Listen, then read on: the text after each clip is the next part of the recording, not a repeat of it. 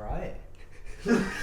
Welcome to the first episode of the In a Bind podcast. I am Tanner. Introduce yourself. All right. I'm here with Austin. He can't stop laughing. And then also our first guest today, Cedric Garron. Also known as Seti. Yeah, Seti. First guest? Do you have multiple guests that I don't know about? Are there people like hiding in the back room or something? You're the first guest of the inaugural episode. In a Bind. I am honored, except for that bio that you wrote about me. Well, if you're not happy with the bio, that's fine, but tell us about yourself anyways, though. Give us a background on how people, might be able to identify you as. Identify me as... Well, my name is Cedric. You got that part right. I'm from Mississippi. I went to Ole Miss. You got that part right. Yeah. In my free time, I do enjoy a good drink. You got that part right. What did you say? Proud member of the LGBTQ? What did you say? I said you identify. Right? What does it say? Read it. It says Cedric proudly identifies. Proudly identifies. I do proudly identify. Then what's the problem? I feel uncomfortable not writing my own bio. You wrote that. You wrote that for me, and then you chose the photo for me, and you didn't even give me approval of the photo. You just posted. It's a good photo. I thought you looked hot. I'm flattered, but there are a lot better photos of me. That was before I got to TCU. So you're younger, he wants to show you better looking back then. I think would rather not put a bad image out there based off of your experience with TCU and how much it's aged you, because I don't know. Oh no, I actually feel like I'm aging backwards. Being around all the college kids. Oh my gosh, whatever. Okay. So how does this podcast work? Well, we have a guest on, and they're, you guys are going to submit some questions via the Instagram or the Facebook, and from there we will have our guest draw from we have a bowl full of all of the suggestions that we received. I don't know how many it was, like 12 or so. I don't know. There was a decent amount for the first one, and so we're just going to have Seti draw a suggestion from all of the ones that you submitted, and then that's what we're going to talk about. I'm Go so ahead, nervous Seti. about Grab this. the bowl. You're gonna mix it up real good.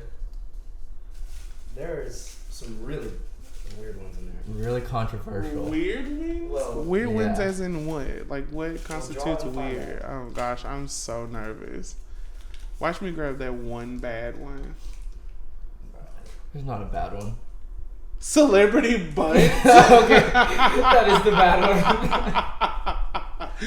one. Harry Styles.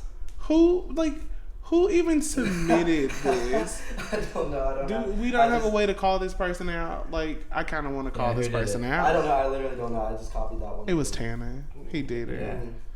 No, if I would have put one in there, it would have been incels, which is Let's not go there. Can you tell me what that is again? We're talking about celebrity butts today. Oh my gosh. What are we even going to talk about regarding celebrity butts? You're in a bind. Tell us. Who has the best celebrity butt? Who has the best celebrity butt? Have you seen Avengers? I think it's Endgame. I think it was in an Endgame. Yeah. Captain America. Oh, America's ass. That is America's ass. I don't think it's the best, but like I can't think of who might have a better butt though. I can't repeat what I just said. Oh, I hope it got picked up on there. I'm not gonna say it because I'm not gonna be disrespectful like that. But I don't know. I think celebrity butts is like a hard one because they don't. Really show Nobody it. like takes pictures of celebrity butts. no, You can't go wrong with Kim K. She's the one that has her butt out there. But that's fake. I was But about to it's say It's not real. if we want to talk about a butt, we want to talk about a real butt. So Kim K's out, Nicki Minaj is out, a lot of people are out. Yeah. All right. When I googled best celebrity butts because there's actually like a thing for it, like a rating. You would know. Well, it just pulled up on Google. What does Google say? First is Kim K, which we just discredited that, so it doesn't count. Beyonce. I've never seen her butt. Neither have I. I mean, it's nice, but I wouldn't put her in a best butt list. She Can we doesn't talk- strike me as a best butt list. Can we talk about how all of these are women? Like, what's the issue? Why is it all women? That's a deeper issue. That's for episode number 17. Tell us, Sadie, what do you think about that? It's completely objectifying women. I don't know. Like we think about women, or I feel like society thinks about women in a very sexual way. And like you hear women talk about men, and like some men talk about other men being attractive, but I don't think we, like as a society, over sexualize men in a way that we like over sexualize women. So I'm kind of not surprised that there are just like a ton of women on the best butt list. I don't even know what who put that together. Like what site is that? It's radaronline.com. Oh, I don't know anything about Radar, so I don't know who's running that. Yeah, I mean, I agree with you. Yeah, Nothing else much to say about that. I think that as far as sexualizing people go, I think that they're starting to sexualize men more. Oh, no doubt, it's moving that way. I can. And I don't know if that's a good or a bad thing. I mean, have you seen Harry Styles' new music video? I have not. Is it for the song, that Watermelon song? No, it's the one before that. The first. Lights Up, I think. Yeah, something. Yeah, but good song. It's a good song. It's just interesting. The music video is very It's like. Oh, you saw that one? Yeah, okay. I did see that one. That's like I don't know if I can say that word. You can say that word. It's like an orgy. Like that's what it seems like. Like it seems like an orgy. Well, you should watch it sometime. Oh, okay. It's like they don't show, like it's not anything bad. Like they don't show anything, so it's not like you need to be. I don't think YouTube has a 18 older, but it might. But it's a little rowdy, a little raunchy. Yeah, but I mean, I think that goes into the point of men being more sexualized nowadays. But is that? I mean, I think that you can go one of two ways, right? You can either stop overly sexualizing women or bring men up to the same amount. Which do you think is? Ooh. Because when you're talking in terms of celebrities, right, there is just kind of a natural sexualization that's going to occur. Yeah, I agree. Right? So do you think that it's best to sexualize men as much as women and then be like, well, I mean, yeah, they're celebrities? Or do you think that we should be bringing women out of that sphere and saying hey, take the more Billie Eilish perspective and wear some, that's the whole reason she wears baggy clothes, right? Yeah. And that one time she didn't wear baggy clothes, did you see that video? Mm. Yeah. And all those people were screenshotting it and posting it all over Twitter. Yep. I think that's the thing that I don't know, I'm not saying that I want people to be objectified at all or overly sexualized, but it's those kind of things that make me uncomfortable. The first time she decides she doesn't want to wear those baggy clothes, immediately it's a talk of conversation. It's a huge topic that people are talking about. I mean, I guess in my opinion, I'm a fan of not over sexualizing anybody. So I'm not let's throw the men in, let's make this equal. Let's just stop sexualizing people. Let people be people. Let them wear what they want to wear. Let them do what they want to do. Let them have a big butt if they want to have a big butt or big boobs or whatever that is. V-cuts, I think it's funny how we went from drawing a topic about celebrity butts to saying we're against over-sexualizing people. We kind of fell down the rabbit hole. Yeah, That's the point. That's the point. And in terms of celebrity butts, I think that, I don't know, I feel like just to bring it back to the surface level, I really feel like I have not seen butts in movies. Butts in movies? Not as much, but I'm thinking that I think it's interesting, at least American movie culture, because I've watched a lot of movies, especially in high school. I watched a lot of movies. You see a lot of, in the 70s into the early 2000s, there's more depiction of sexualization, and you have things are just sexualized in movies even more than they are today.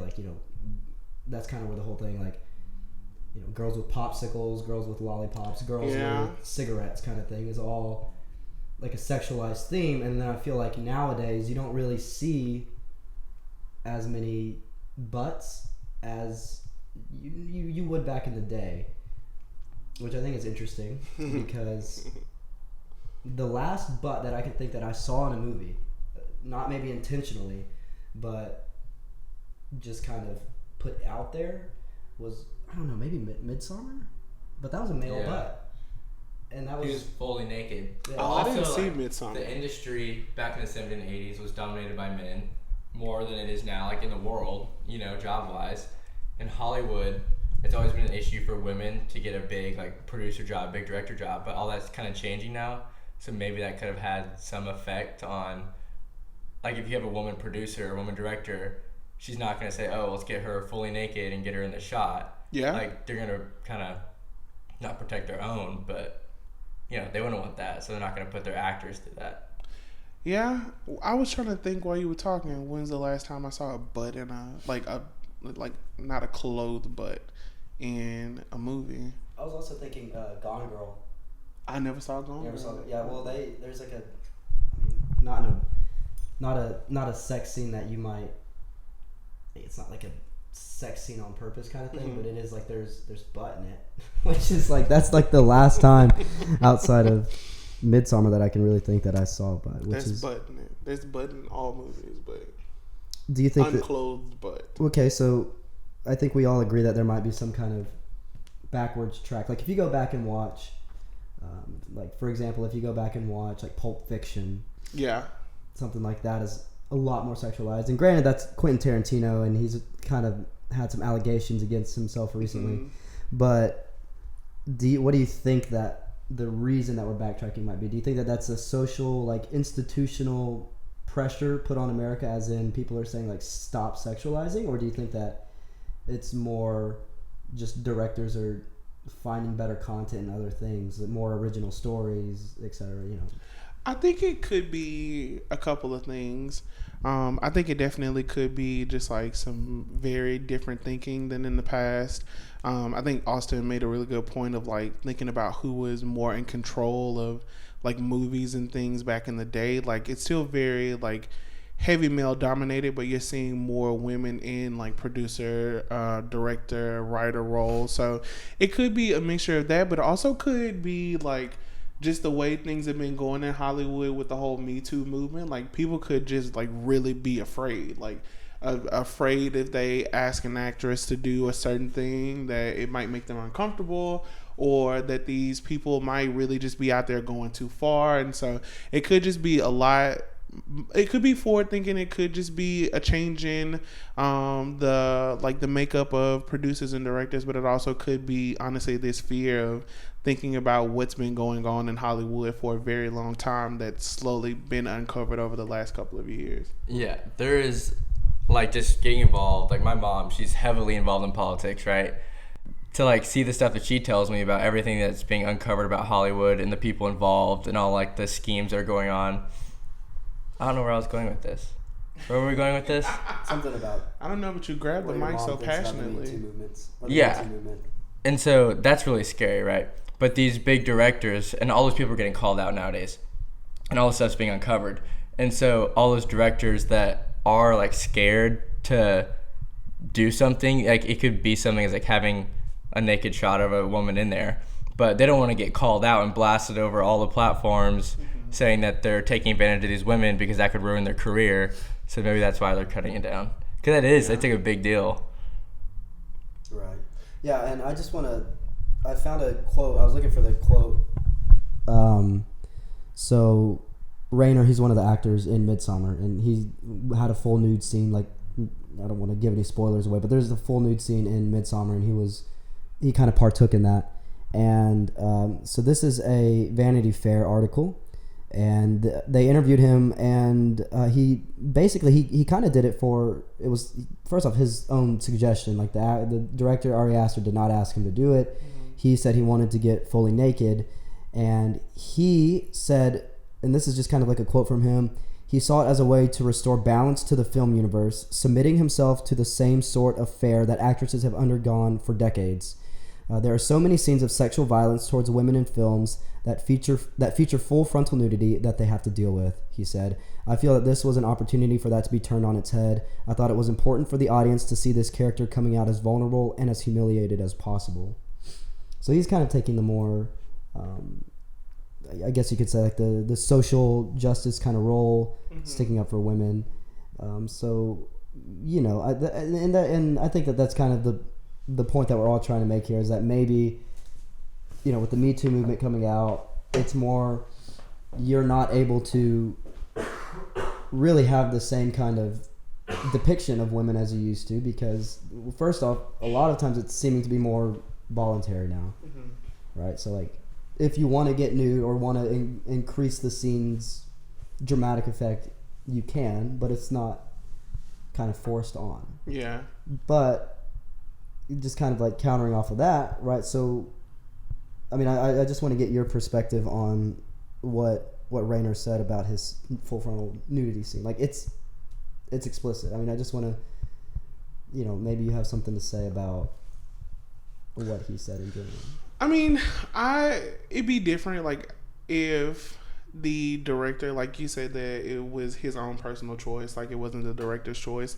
I think it's different if it was like the director, because then they'd be going back to what we talked about of, are we just like wanting to equal the sexualization of men, or are we wanting to limit the over sexualization of women?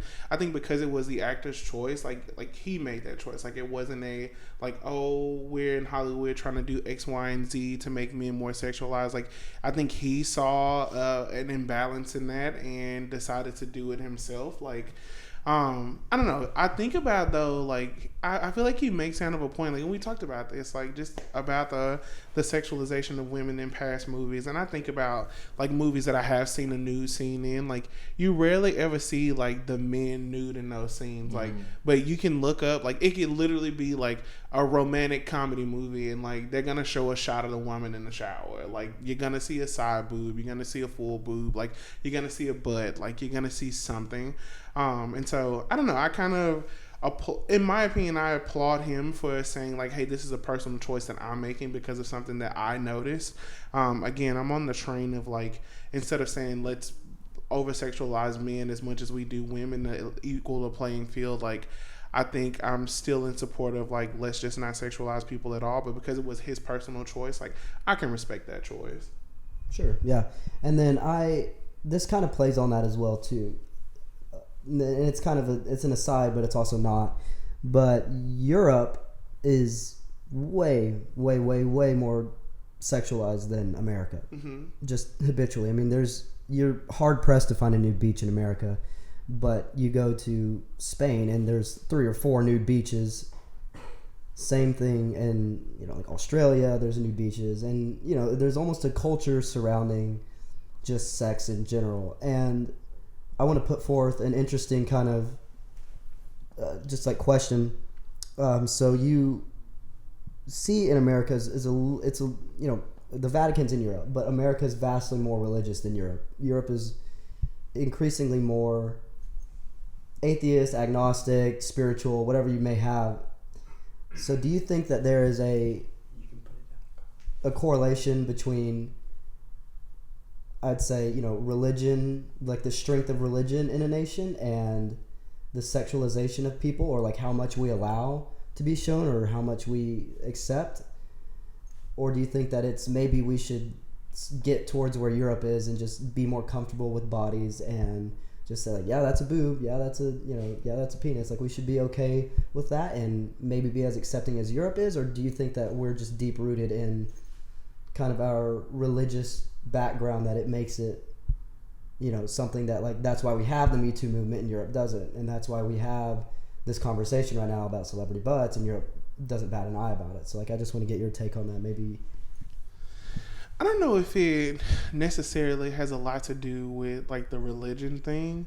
I don't know. I think it a lot goes into how we talk about like the human body, like in the way that we shield people from it from such an early age. Like one of the things I had to do for my job was go through an Alliance for Children training, and one of the points in there was like you should talk to your children about what the real name of their body part is, so that like you're not calling it a cookie when like a child's trying to tell you that like their uncle is like reaching in the cookie jar. Like it's so ambiguous, and like it can create these problems where a child might be trying to tell you that something's going on and like you're not getting it because you're using these code names.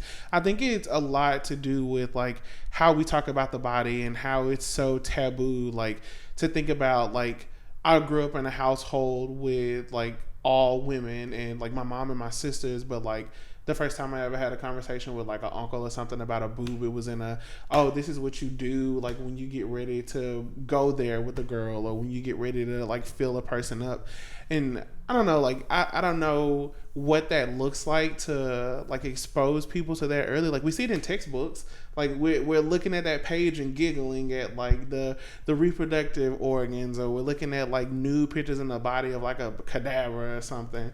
But like I think it's a lot of the way that we talk to our children, a lot of way that like we, like me personally, even being raised to like think about the body. I don't know. I don't know if it's necessarily tied to a religion though. But I mean, I could say that, but I fully grew up in like what would be considered the Bible Belt of the United States. Yeah. So.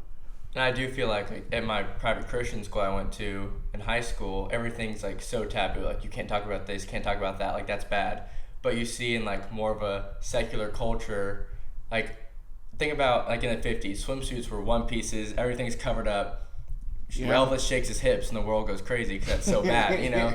And so, but then you see now like girls on Instagram posting half naked pictures of themselves and like barely anything. And same with guys, like everything's getting more sexual. So I wouldn't be surprised if our culture, the United States, does turn more into Europe where there's nude beaches because free the nip, free everything. You know, it's like, this is my body, this is, you know, my choice to go naked if I want to. So even though like in the Bible Belt, and that's why I kind of think it does tie to religion, because Christians and like this world that, or like what we believe, you wouldn't go and like just show yourself to everyone, you know, it's like more modest, everything. So I think in certain areas there's going to be more conflict because that's so looked down upon, but then in more secular areas, more non-religious areas, it's going to become there's more free. And so that's why I think also, like you said, in Europe, religion's not as big of a deal. There's not as many Christians there as there are here. And so that's why it's taken longer for us to move into that, even though we still see the incline of all that happening here in the United States. Yeah, it's a lot slower, but I mean, yeah, it's still happening, which that's so interesting to think about. Yeah. The point that you made of like the Vatican being in Europe, but like we're a lot more religious. Right. Yeah. I mean, I never thought about that. I think that, you know, I think a lot of people are very, like, I think if you're going to be religious in Europe, you're very strongly Orthodox, Catholic, or just Catholic in general. Something that's very, very, you know, you're tithing, you're going every single Sunday for multiple hours, or Saturday nights, whatever your mass is. But I think that it's increasingly polarized there. I think that it's either you're either agnostic, atheist, or spiritual, or you're deeply, deeply religious. And I think that you know, I think that it has a role. I don't really know if it's decreasing. Like, I don't know if the amount of religious people are necessarily decreasing. Yeah. But I know that the amount of atheists are increasing, and so that could be a sign of like, okay, you know, people are starting to rethink social norms and structure, not a religion, but basically like a set of values that, you know, and that kind of goes towards the whole thing, like, can you be atheist and have morals? Like, yes, it's just, it might be different than what an institution might say.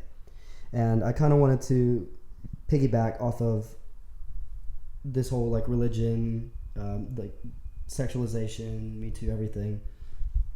This is an article from, I guess it's attention.com, so attn.com.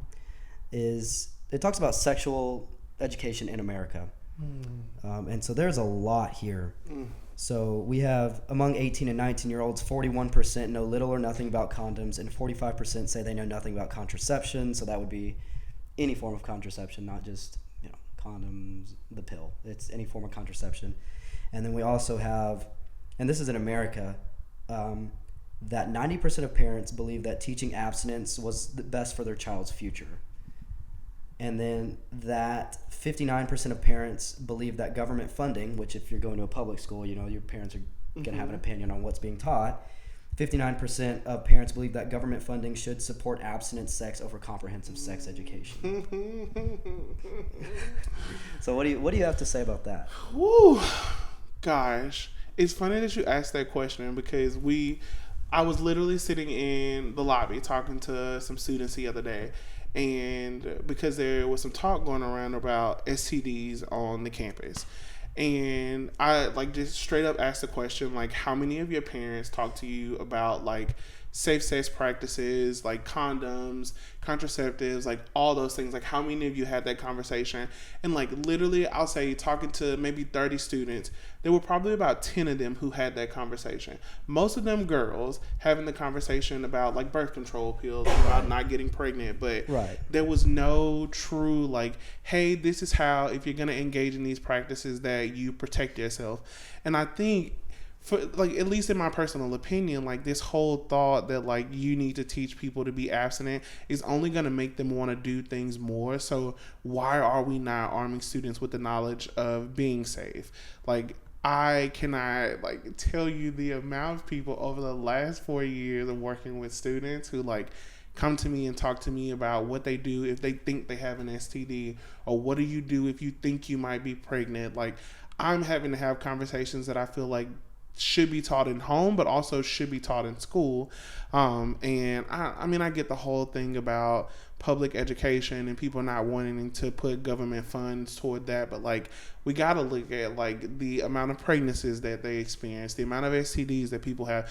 Kids are starting to have sex at a very young age. I have an 11-year-old niece, and she already has friends who are talking about getting felt up on by guys at school. And it just blows my mind how we can still sit around and think that abstinence only is the best way of teaching people to not have sex is the best thing for them, when we can't be dumb. People are going to do it. There's some students who are going to hear that and they're going to follow it, and they're not going to have sex. Some of that might be tied to religious beliefs of not wanting to give that away prior to marriage and wanting to stay pure. But there are more and more students who are engaging in that, and just in my opinion, I think they need to be taught how to do that safely if they're going to engage in it. Yeah, I completely agree with you. For me, you said, religiously, people want to stay pure. That's where I'm at. As in, my beliefs is that I'm not going to engage in that until marriage, and I still do need to know what's a safe way to do it, what's this and that. And so I have learned that, is through life. But for me, I'm not gonna have to worry about that because I know that I'm not gonna do that until I'm married, right?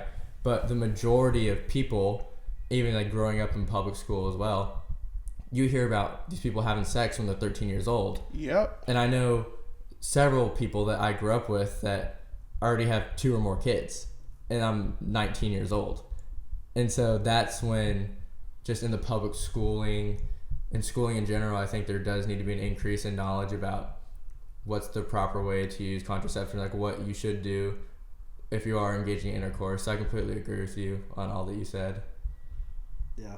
And I don't know. I think that there's kind of at least for me in high school, was and it's going to sound a little prejudiced, but it was always kind of you see someone that's pregnant and they're, in high school, so 14 through 18 years old, and you're how did that happen?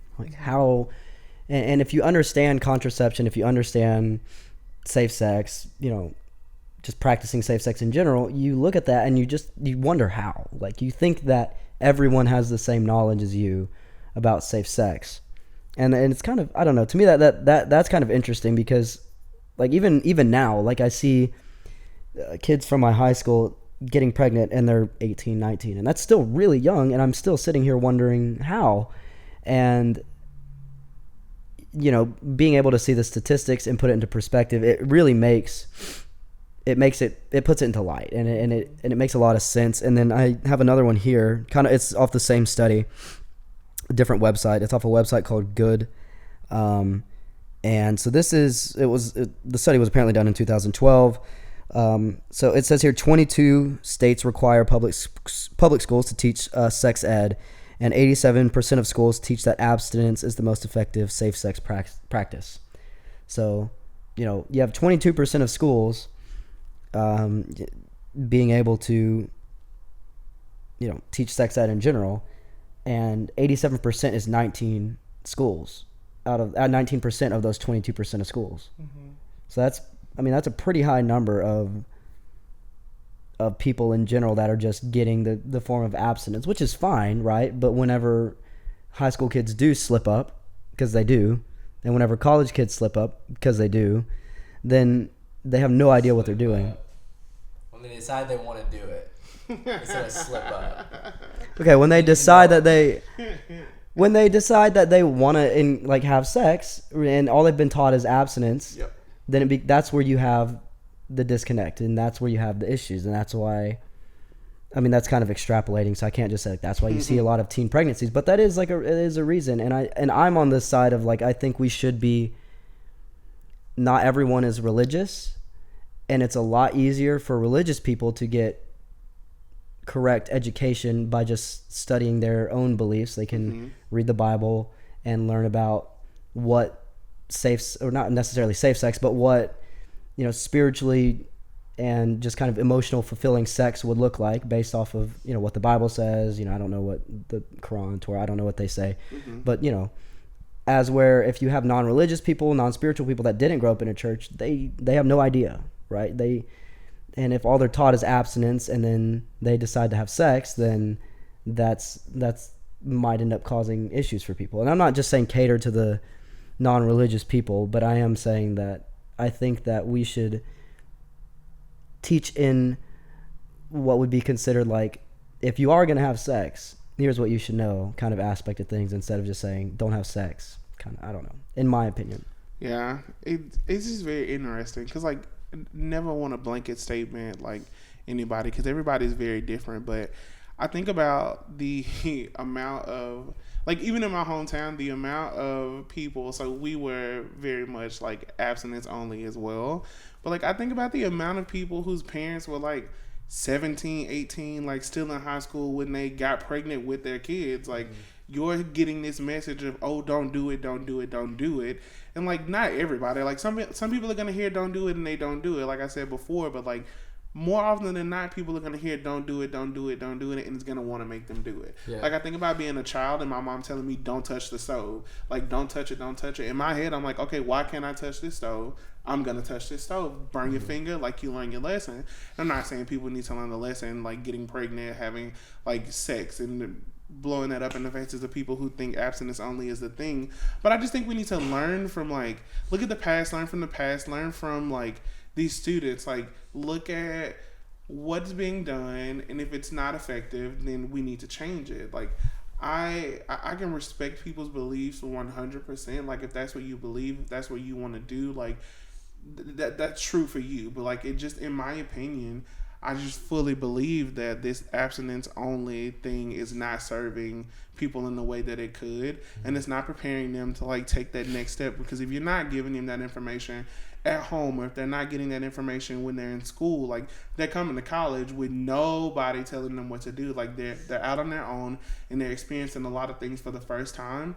And I don't know, I am empathetic to the highest point, but I would hate for a young woman or a young man to engage in sex for the first time, or one of the first times, and then something happened, you get an STD, or you get pregnant, and you're okay, I don't know what I do in this situation because nobody told me this, nobody talked to me about safe sex practices. And you can say, yeah, they can look up things on their own on the internet because they have it at their fingertips, but still, it's a lot different hearing that come from people who you respect. If my mom's gonna sit me down, which she did, and tell me about the safest way to engage in sex practices, I'm gonna take that a lot more. If one of my teachers, if my sex ed teacher, who was really cool, but we were abstinence only, but if my sex ed teacher is telling me, hey, I want you to be safe, protect yourself, if you decide to engage in this, these are the ways that you can be safe. I'm gonna take that a lot more than having to come to college and go somewhere else and learn those lessons the hard way. So yeah, And what are the odds of a college kid about to engage in that activity going, oh, let's look up how to be safe about this? Like, it's more like in the moment, they're going to find themselves in that moment and like, oh, let's put a pause and let me look this up really quick. Like, that's not going to happen. So they need to have that information prior instead of being taught abstinence only. Like, having that information is going to be way more helpful. And then having the choice of being abstinent or because of religious beliefs, like, that's always going to be a choice, right, to whoever. But everyone should have the knowledge of this is the safe way to go about it. And then if it's my choice to stay abstinent, that's my choice, right? But it shouldn't be taught, don't do this no matter what. You know, like, that's the only way. You should be taught the right way to do it. Yeah. I mean, you think they won't stop and Google something, but Alexa is there. She's right there. Like, you could fully be like, Alexa, tell me how to safely put on a condom. I'm sure she will give you instructions. Yeah. You want to try it? Yeah, I know, right? Oh yeah, but I was about to say, please don't say that out loud. That would be so funny. Fortunately, there's no Alexa here. Hey, Alexa. Yeah, but and so now I want to take that, and then this is the reason that I brought it up is so that we can bring it back up to the topic of celebrity butts. So now we worked our way down to the bottom. Now we're coming back up. So we got to the sexual education. Okay. Let's bring that back up now one level, and then go back to the Me Too movement and kind of the kind of concerns that are being brought up, the allegations that are being brought up, because it's still a thing. I mean, right, it exploded last year, but it's still something that's out there. It's still, people are coming to light. I mean, it's definitely horrible. So this is a kind of a study, I guess, or it's a report on a study by Newsweek. And so this has to do, like, the Me Too movement actually did a study on the amount of sexual harassment that goes on in America. And so you have almost nearly every single woman that was surveyed said that they had been sexually harassed. And so if you want to know that exact number, we're looking at, it looks about 83% of women that were surveyed said that they had been sexually harassed. And then it's about 41% of men, 81% of women and 43% of men. So I got those numbers mixed up, but 81% of women, 43% of men had said that they have experienced some form of harassment or sexual misconduct. So what do you think in terms of, it's like, use kind of what we talked about, the sexual education, how does that play into factor with stuff that we're seeing into the Me Too movement? I mean, I was at PR's last night downtown here in Fort Worth, and I was with one of my friends, and instead of like just saying like, excuse me, because they were, the people are walking around, and instead of just saying excuse me, and I was right next to her when I heard this, it was excuse me, and like, she moved out of the way, and he was like, she said sorry, and then he said, it's all right, you're cute though, which is like all right, cool, just say excuse me, it's fine. And I don't know, I thought that like that's just a good personal example of like seeing that, and it wasn't like super explicit sexual harassment, but obviously you're at a bar, he has some kind of intention based off of that. So what do you think about sexual education and then transitioning into the Me Too movement? I just have another example to base off that really quick, because it's nothing like, he's not going out and like touching her and grabbing her butt when he says excuse me. It's like just the slightest comment can be taken a different way as a girl, And recently I was with someone, and anywhere we walked, anytime a girl walked by, he would catcall out to them. Like, oh, damn, you're fine. Or, oh, hey, she's cute. But he would say it like purposely really loud so that she would hear it. And then that was his way. Like, seriously, that's what he thinks is going to get him girls. Yeah. And he was telling me about all the decisions he's made, all the things that, all the girls that he's gotten by doing that. But I think that's just like the total wrong way to go about it. That's just, I don't know. I'm trying to think of the word, not downplaying women. I mean, it's definitely objectifying. Yeah, objectifying them, and like not. I don't know. So what do you think? Yeah, what do you think? In terms of, I don't know. I'm thinking. I was gonna say. I'm thinking about like sexual education and how like learning how to engage in safe sex practices isn't gonna stop you from being a dick. Like, it's not gonna stop you like from. I don't know. Like I want to understand the minds of like people who sexually assault people or like do things that like would be considered sexual misconduct. Like I want to understand the thought process behind it. Like, and not even just like men sexually assaulting women, like men who sexually assault other men, women who sexually assault men, like women who sexually assault other women. Like, I just want to understand, like, what is it? Like, why did you do the thing you did? Like, what was the reason behind it? Like, I think about the experiences I've had with students, even just here over the last 4 years, like students who have come to me and reported like sexual assaults or things that we can be considered sexual harassment. Like, what was it? Like, for the cases that I've seen, it's almost been like this like superiority complex. Like, you owe me something. Like, if you even look nice in a skirt, like, and I want to take you home, like, I deserve to take you home. Like, I deserve to get what I want to get from you, regardless of whether or not you want it. And for me, like, I don't know if like sexual education is gonna do any good to stop that. Like, you could know exactly what to do in order to engage in safe sex practices, but like, if you're a person who believes that somebody fully owes you something, or like you have the power over another person, that you should be able to do what you want to do, like, sex education is not gonna change that.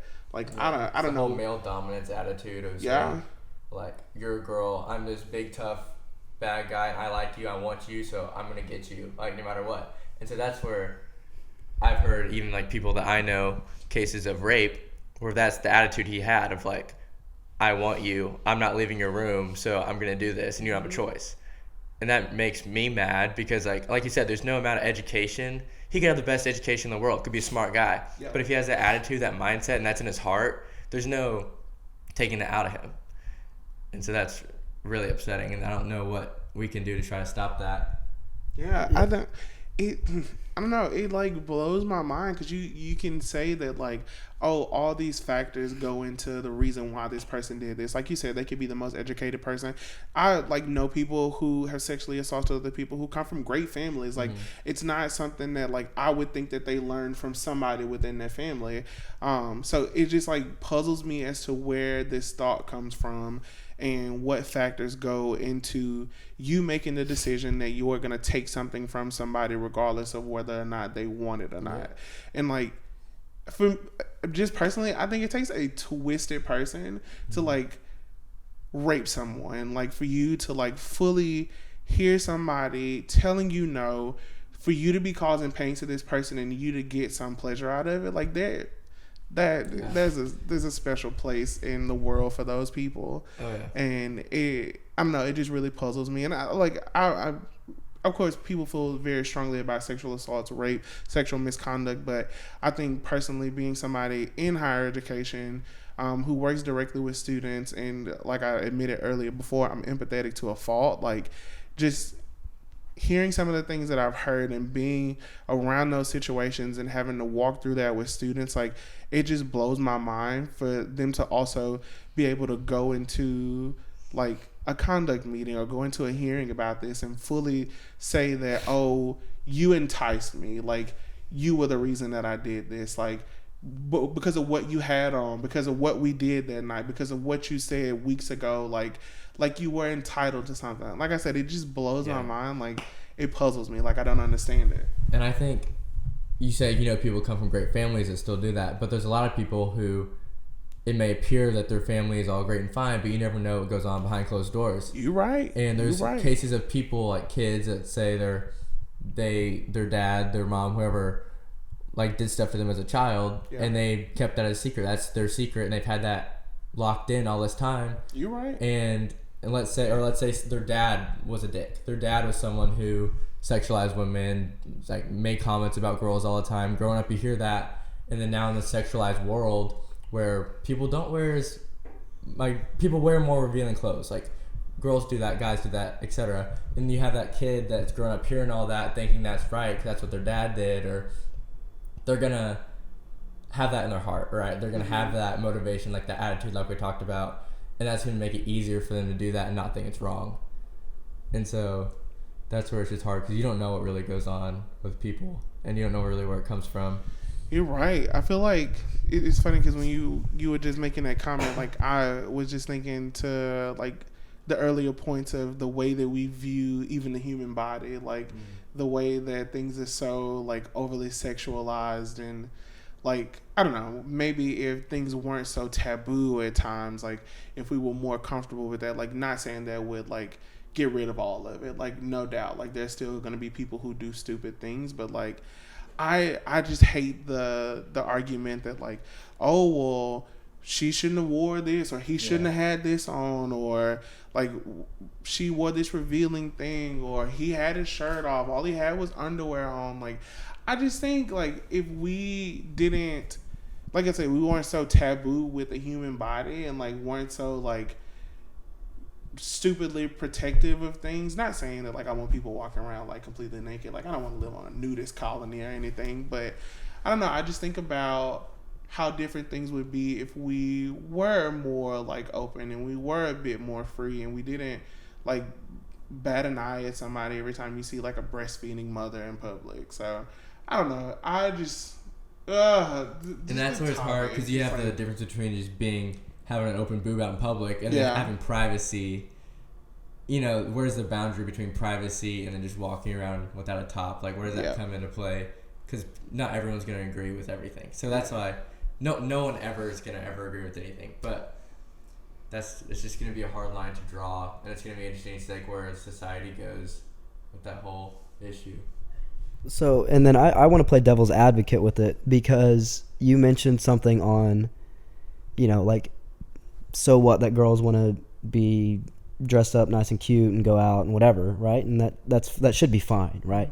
But the devil's advocate, the opposite side of that, is saying, you know, you're choosing to go out to a bar, you're choosing to go out to a tailgate, a frat party. You know that situations like that could lead to compromising kind of issues. So is there kind of like I guess you could say like an aspect of like naiveness that follows? Like, should we not only be educating people to not do that in the first place, but should we also say like, hey, if you're going to go to a crowded concert, if you're going to go to a crowded bar, if you're going to go to a tailgate, people are intoxicated, you need to know that this could happen, per se. I think that might be the devil's advocate side of things. Well, it's not just saying that this shouldn't be we should teach people for this to not happen, but then, you know, obviously the opposite side is saying we should teach people that when they go to these situations, things might happen. So what do you think on terms of that? I mean, I think it's fair to have conversations about, like, because these things do happen, I think it's fair to be like, oh, these are some situations that this has occurred in, and like if you're gonna step into certain situations, like this is a risk because it happens.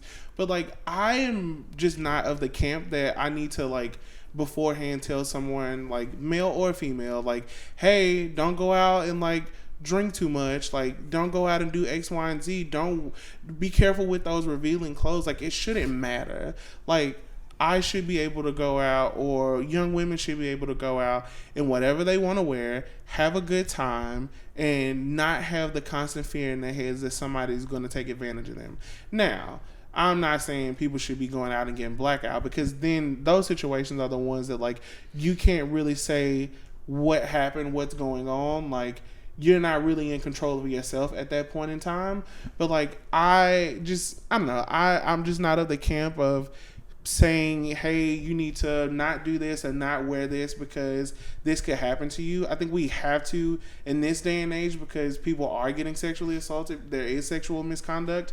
But like, would we have to give that warning, or would we have to have those conversations if people weren't sexually assaulting people? Right. And then it all kind of flows back to what we were saying. And I don't really know I could look up like the sexual assault, sexual harassment rates, you know, in regards to Europe and America, which it would still be a little hard to kind of figure out because the populations are so different that, you know, percentages might not be the exact same. But I do think, and I'm more on the camp of the more you start exposing people to the sexualization of people in general, the less it starts to matter. And that's kind of how I want to bring it back up here, just to like finally reiterate on celebrity butts in general, which is our original topic. went down a real deep rabbit hole. Right. But I think that if you ask and this is just straight up like an okay boomer kind of moment, but I think that if you ask a boomer like which celebrity has the best butt, they could probably give you a definitive answer from back in the day. Oh, they could probably name off crazy amounts of people who they think have a great butt. Right. And then for me, it's like, I mean, as far as celebrities go, I can't think of very many, right? And I think that growing up in a society like today where, you know, sex is kind of just seen as more normalized and clothes are more revealing, in a sense that also kind of helps out. It's starting to transition from that period of, sexual assault and harassment is still very prevalent.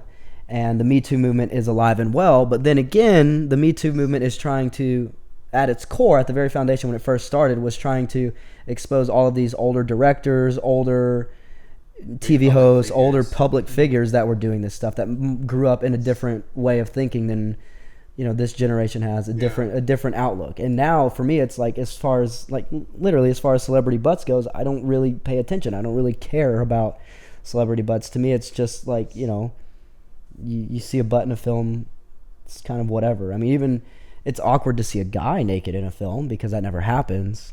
But we kind of talked about that.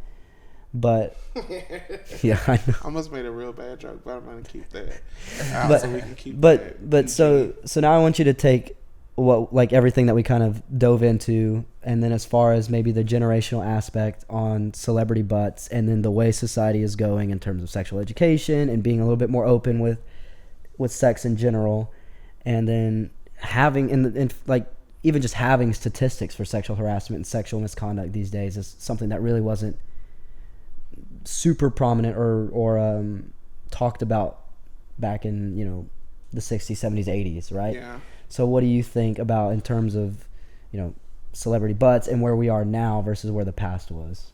I do think that becoming more open with things. Also, quick point, I feel like also a part of the reason why I can't like nail down like a celebrity butt is because everybody's a celebrity these days. Like, it's not enough to be like a singer or a movie star, but like YouTubers and Instagram and social media influencers. Like, where's the line between celebrity? Anyway, hopping off that box.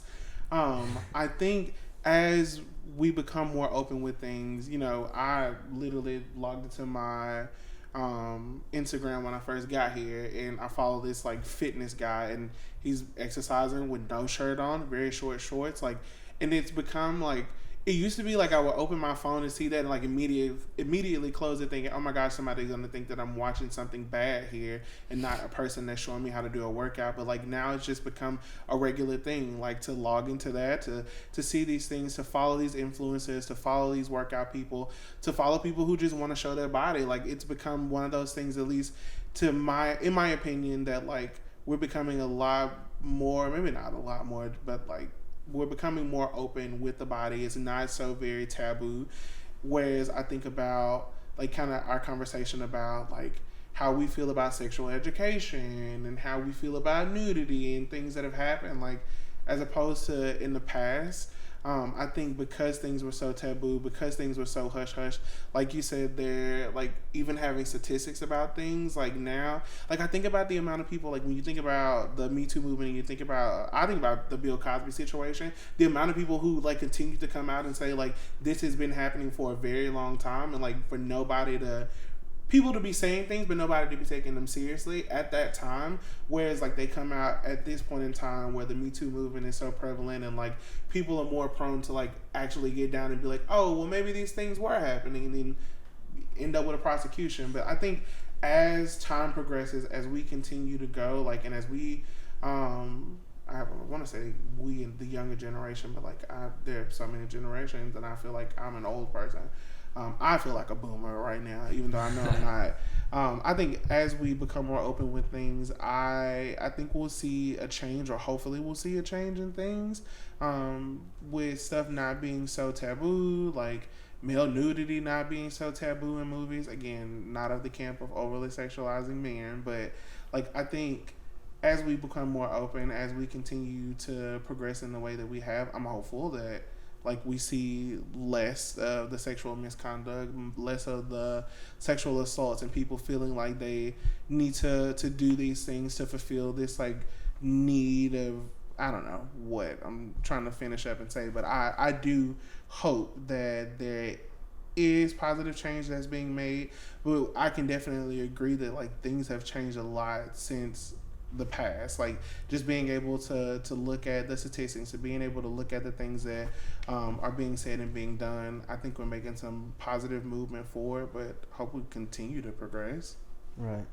Yeah, and I don't, to be honest, like, we're approaching an hour here, and I think that this is a good point to kind of end on, in terms of, maybe it's going to take time, right? Yeah. You have to educate a generation that's had 3 other generations that came after it, that certain things aren't okay. And I'm not saying that, we should be sympathetic towards it, but it's something that, we need to think about in terms of that. But, like, you see, and at least my generation, that it doesn't really, of course you do have your cases of, guys, there are some guys that would probably be able to answer this question, but I can't think of a celebrity that comes to mind right off the bat. And I think it has a lot to do with all of the reasons that we kind of talked about. Mm-hmm.